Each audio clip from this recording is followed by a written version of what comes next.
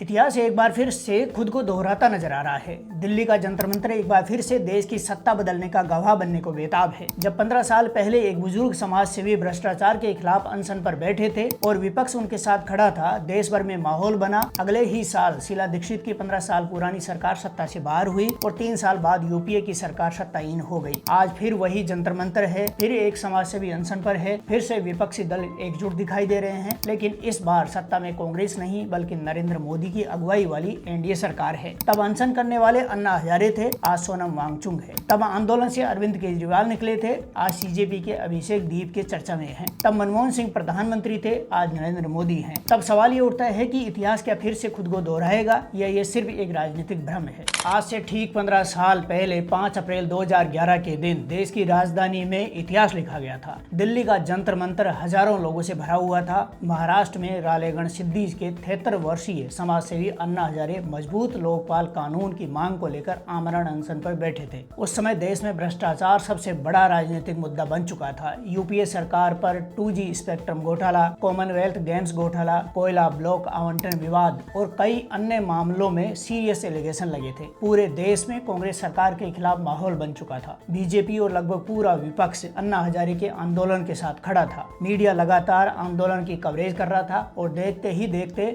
ये आंदोलन पूरे देश में फैल गया। इसके 3 साल बाद 2014 के लोकसभा चुनाव में कांग्रेस सत्ता से बाहर हो गई और नरेंद्र मोदी प्रधानमंत्री बने। उसी आंदोलन से अरविंद केजरीवाल निकले, जिन्होंने आम आदमी पार्टी बनाई और 15 साल पुरानी दिल्ली की शीला दीक्षित सरकार को सत्ता से बाहर कर दिया। 15 साल बाद अब एक बार फिर से दिल्ली का वही जंतर मंतर है, फिर वही अनशन चल रहा है, फिर विपक्ष समर्थन कर रहा है। लेकिन इस बार अन्ना हजारे की जगह लद्दाख के सामाजिक कार्यकर्ता सोनम वांगचुक है। आंदोलन की अगुवाई आम आदमी पार्टी की जगह कॉकरोच जनता पार्टी यानी सीजेपी कर रही है। कहा जा रहा है कि पर्दे के पीछे आम आदमी पार्टी, कांग्रेस और बीजेपी विरोधी लगभग सभी दल इस आंदोलन का समर्थन कर रहे हैं। करीब 22 दिनों से अनशन चल रहा है। सोनम वांगचुक की तबीयत बिगड़ने के बाद उन्हें अस्पताल में भर्ती करवाया गया है। उनके अस्पताल जाने के बाद सीजेपी के कई कार्यकर्ता अनशन पर बैठ गए हैं। सोमवार को सीजेपी कार्यकर्ताओं ने संसद मार्च किया। संसद मार्च के दौरान दिल्ली पुलिस ने प्रदर्शनकारियों को रोक दिया। हजारों लोग इस मार्च में शामिल हुए और यहीं से सोशल मीडिया पर तुलना शुरू हो गई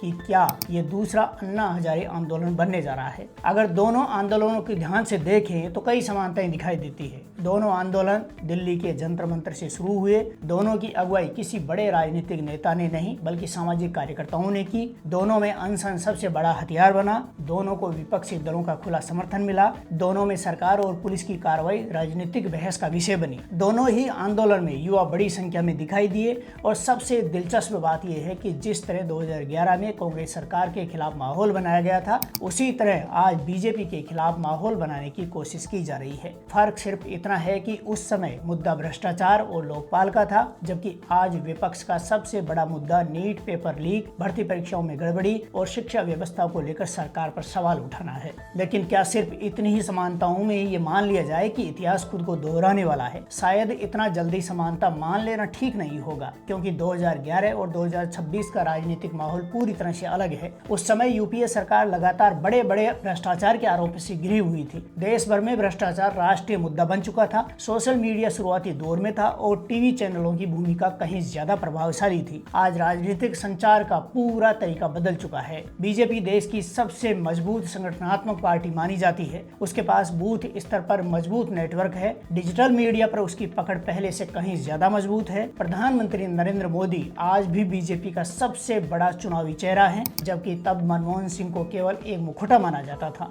इसलिए सिर्फ आंदोलन के आधार पर राजनीतिक परिणामों का अनुमान लगाना आसान नहीं है। अब सवाल आता है कि क्या सीजेपी दूसरी आम आदमी पार्टी बन सकती है? इतिहास बताता है कि हर आंदोलन से राजनीतिक दल नहीं बनता और हर राजनीतिक दल सत्ता तक नहीं पहुंचता। अरविंद केजरीवाल ने अन्ना आंदोलन के बाद सिर्फ पार्टी नहीं बनाई बल्कि दिल्ली में संगठन खड़ा किया, वार्ड स्तर पर कार्यकर्ता तैयार किए, स्थानीय मुद्दों पर लगातार काम किया और फिर चुनाव जीतकर सरकार बनाई। आज सीजेपी को भी अगर वही रास्ता तय करना है तो उसे सिर्फ आंदोलन से आगे बढ़कर मजबूत संगठन, फंडिंग, उम्मीदवार, बूथ नेटवर्क और लगातार चुनावी मेहनत करनी होगी। इसलिए अभी ये कहना कि अभिषेक दीप के अगले अरविंद केजरीवाल बन जाएंगे, राजनीतिक रूप से काफी जल्दबाजी होगी। अब सबसे बड़ा सवाल यह है कि क्या सोनम वांगचुक मोदी सरकार के खिलाफ वही माहौल बना पाएंगे जो अन्ना हजारे ने 2011 में मनमोहन सिंह की सरकार के खिलाफ बनाया था। इसमें कोई शक नहीं है कि सोनम वांगचुक की व्यक्तिगत छवि काफी सकारात्मक मानी जाती है। शिक्षा, नवाचार और पर्यावरण के क्षेत्र में उनका काम उन्हें एक विश्वसनीय सामाजिक कार्यकर्ता की पहचान देता है। लेकिन किसी आंदोलन का असर सिर्फ उसके नेता की लोकप्रियता से तय नहीं होता है।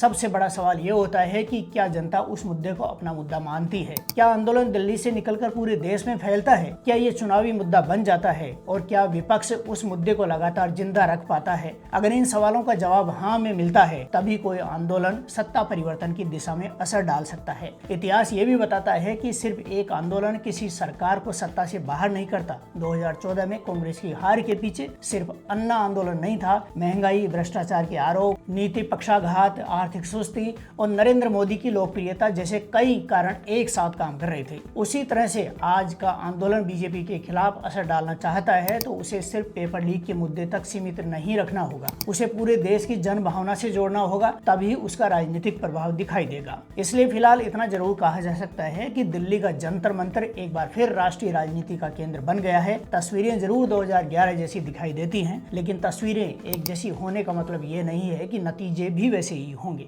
इतिहास इस बात का भी गवाह है कि जब जब इस देश का युवा, छात्र और किसान सड़कों पर उतरता है तो बड़ी से बड़ी और घमंडी से घमंडी हुकूमतों की दीवारें थरथरा उठती है। नीट पेपर लीक का ये मुद्दा महज एक परीक्षा का मुद्दा नहीं है, इस देश के करोड़ों युवाओं के भविष्य और भरोसे का मुद्दा है। सोनम वांगचुक का ये अनशन और सीजेपी का ये प्रदर्शन भले ही आज पुलिस के पहरे में हो, लेकिन इसने दिल्ली सरकार की नींद जरूर हराम कर दी है। अब देखना यह होगा कि क्या नीट पेपर लीक का ये गुस्सा वोट की चोट में बदलकर 2014 की तरह कोई नया इतिहास लिखेगा, या फिर ये भी महज एक और राजनीतिक ढोंग बनकर हवा में गायब हो जाएगा। इस पूरे सियासी ड्रामे पर आपकी क्या प्रतिक्रिया है, कमेंट करके जरूर बताएं।